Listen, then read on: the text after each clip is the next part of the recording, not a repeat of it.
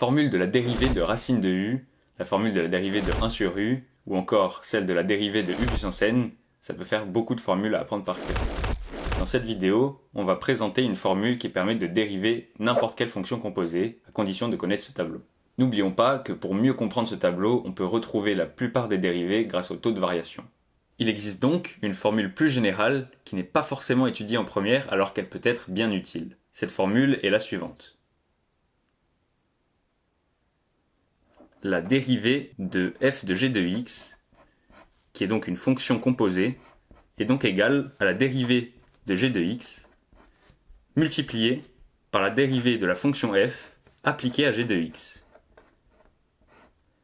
Cette formule peut paraître un peu bizarre au premier abord, mais on va l'expliquer et l'éclaircir à travers quelques exemples. Prenons un premier exemple pour mieux comprendre cette formule.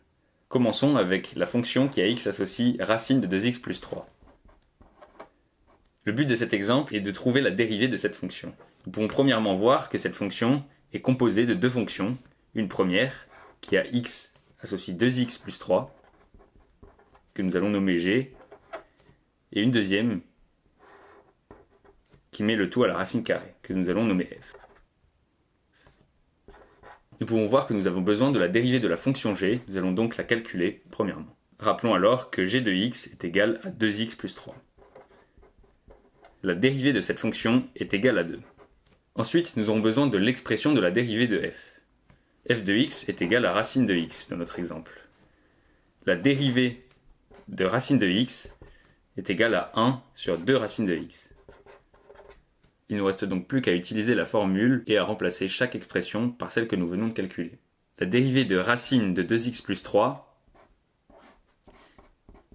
est donc égale à g' de x, que nous venons de calculer, 2, multiplié par f' de x, dans laquelle nous allons remplacer x par g de x. Nous avons calculé précédemment que f' de x était égal à 1 sur 2 racines de x. Ici, au lieu de mettre x, on remplace donc par g de x, qui est donc égal à 2x plus 3. Il ne nous reste plus qu'à simplifier l'expression que nous avons obtenue.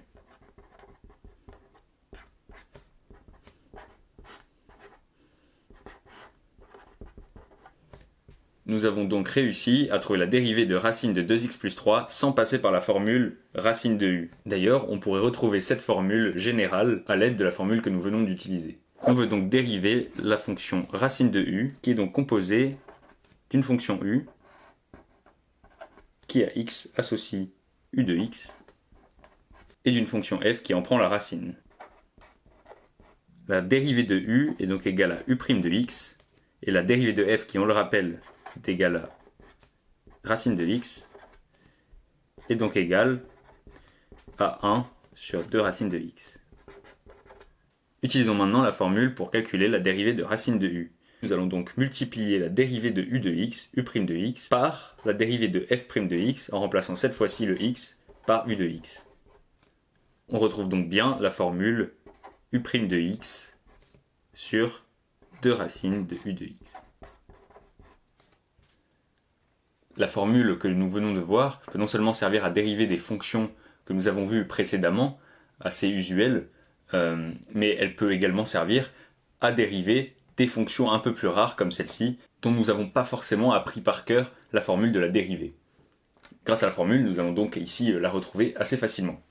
Premièrement, nous voyons que cette fonction est une fonction composée, jusqu'ici comme d'habitude, avec une première fonction, u, et une deuxième fonction, sinus. Nous allons donc comme d'habitude commencer par dériver la première fonction, u, et la dérivée de u de x, c'est donc u' de x. Dérivons ensuite la fonction sinus, et on sait que la dérivée du sinus, c'est cosinus. Pour trouver donc la dérivée de sinus de u de x, nous avons juste à remplacer les expressions qui se trouvent dans la formule par les dernières que nous venons de calculer. Donc sinus de u de x, sa dérivée sera donc égale à u' de x, multiplié par la dérivée de sinus de x, donc cos de x, sauf que ici, nous allons comme d'habitude remplacer le x par u de x. Une fois qu'on a compris cette formule, ça peut aller assez vite.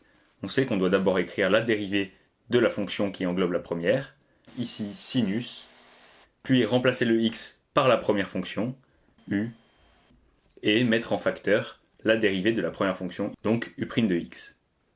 Voilà, on a maintenant une formule qui nous permet de dériver n'importe quelle fonction composée. Merci d'avoir suivi cette vidéo et à bientôt pour une prochaine.